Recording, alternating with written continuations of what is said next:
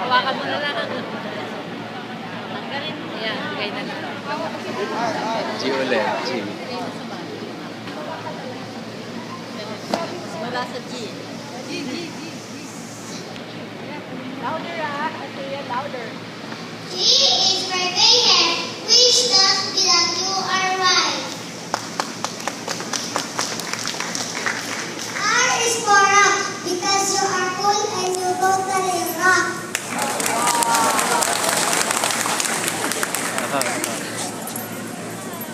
Teo. A is for Adorable, because behind your wrinkles is your adorable smile. Louder Simon N is for natural, because you're so natural when you crack some funny jokes.